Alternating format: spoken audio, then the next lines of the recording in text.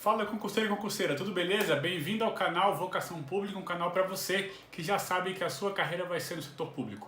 Eu sou Jeto Coutinho, auditor do TCU aprovado aos 22 anos de idade, e hoje nós vamos conversar sobre as provas do CESP. Chutar ou não chutar? Eis a questão.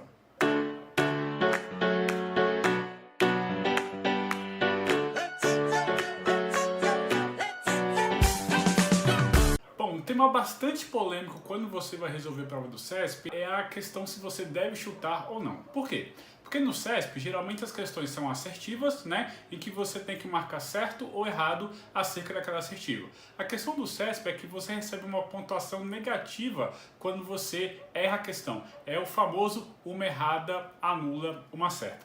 E por causa disso, você tem uma certa divisão de opiniões acerca do chute. Porque se você chuta e chuta errado, você vai ser muito mais penalizado do que você simplesmente deixar em branco. Então, essa questão do chute é uma questão que há muito tempo divide opiniões, e nesse vídeo eu vou dar para você a minha opinião sobre o chute, se você deve chutar no CESP ou não. Primeira coisa que a gente tem que ficar ligado quando a gente fala de chute é que assim, o ideal é que você não precise chutar, certo? Por quê? Porque você vai ter uma preparação aí a longo prazo, antes do edital sair você já vai estar se preparando para aquele concurso, e quando sai o edital você só precisa estudar as novidades, né? E quando sai o edital, você só precisa estudar as novidades.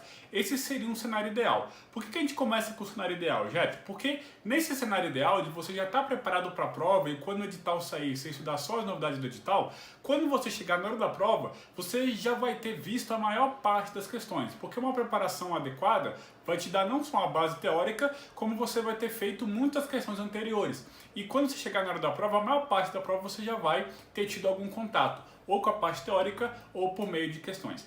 E aí, nessa situação, quando você já estudou a matéria e você se depara com a maior parte das questões da prova que você já sabe resolver, apenas uma parte ínfima dessas questões é que você vai precisar chutar.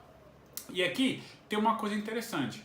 Porque se você fechar o olho e marcar certo e errado numa bolinha do CESP, você tem 50% de chance de acertar a questão e 50% de errar.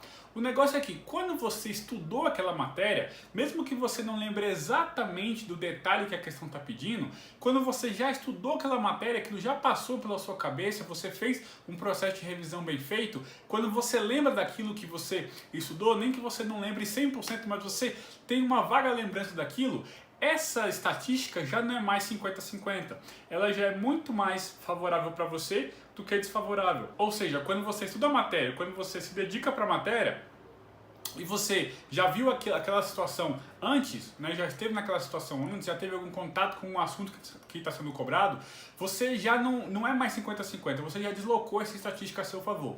Nesses casos, eu tendo a pensar que valeria a pena sim chutar. Bom, por quê? Porque é o chamado chute direcionado, não é mais um chute às cegas, igual seria se você fechasse o olho e marcasse certo ou errado. Agora, nem sempre você se sente confortável para fazer esse chute, mesmo tendo estudado bastante. Eu, por exemplo, Jeto, quando eu passei para o auditor do TCU, eu tinha duas provas, a prova da manhã e a prova da tarde. Na prova da manhã eram 100 itens, certo e errado, do CESP. E eu tenho uma certa opinião de que em prova do CESP você não pode deixar mais do que 10% das questões em branco. Por quê? Porque se você deixa 10% das questões em branco, a sua nota máxima é 90. Se você for uma pessoa que acerta muita coisa, sei lá, 80% de tudo aquilo que você marca, você erra 20%. E esses 20% que você errou vão cancelar outros 20% que você acertou e você só fica com 60% da nota máxima da prova.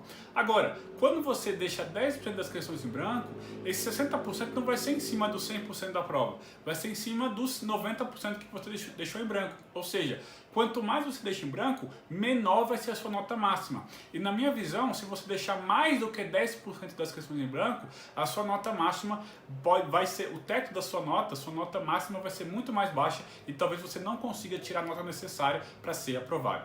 E na minha primeira prova, na prova da manhã do TCU, quando eu fiz as minhas contas, eu vi que eu tinha respondido 88 questões das 100. né? Ou seja, deixei um pouquinho mais de 10% das questões em branco na prova. E aí, eu pensei o seguinte, bom, vou rever as questões. Primeira coisa que eu fiz, o CESP sempre mantém esse padrão, ele deixa 50-50, 50% de questões certas e 50% de questões erradas. Por que ele faz isso? Eu não sei todos os motivos, mas um deles que eu sei é para evitar direcionamento da prova. Imagina, por exemplo, uma prova que tivesse 70% de questões erradas e 30% só de questões certas.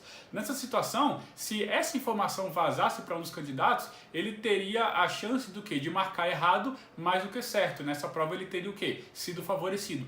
Então, para não ter favorecimento, o CESP sempre mantém o padrão de 50% de questões certas e 50% de questões erradas. E eu, já sabendo disso, fiz o quê? Fui contar as questões que estavam erradas e certas no meu gabarito.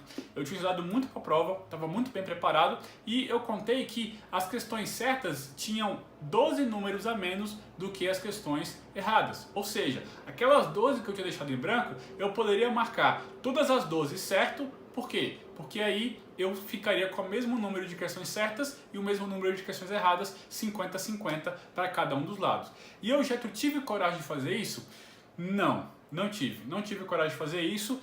Graças a Deus que esses pontos não fizeram falta. Por quê? Porque das 12 questões que eu deixei em branco, todas as 12 eram certas. Exatamente, eu poderia ter tirado 12 pontos a mais na minha prova. Só que, como eu falei para vocês, ainda bem que esses pontos não fizeram falta, né? Se tivessem feito, quem sabe eu não estaria nem aqui gravando esse vídeo para vocês, né? Estaria ainda estudando para uma próxima oportunidade. A questão é que nem sempre você, sabendo que um chute direcionado aumenta a sua chance de acertar a questão, ou você sabendo dessa estatística do CESP de 50% certo e 50% errado, isso não significa que você vai ter a coragem na hora da prova de fazer isso. Eu já não tive, mas talvez você tenha. A questão é o seguinte, é que sempre que você pensar em chutar numa prova do CESP, você tem que ponderar essas duas coisas, custo-benefício. Tem uma certa corrente de pensamento que diz que você tem que chutar em provas anteriores para saber se quando você chuta você acerta mais do que você erra. Eu não gosto muito de seguir essa teoria. Por quê? Porque quando você chuta, você está chutando por critérios meramente aleatórios. E você pode estar dando uma ilusão de causalidade. Ou seja, você vai lá, marca certo e acerta. Das 10 questões que você chutou, você acerta 8 e erra 2, sobra 6 pontos líquidos. Seria muito bom, né? Você chutar 10 e ficar com 6 pontos líquidos. Só que isso pode ter sido mera obra do acaso, tá bom? Então eu não gosto quando você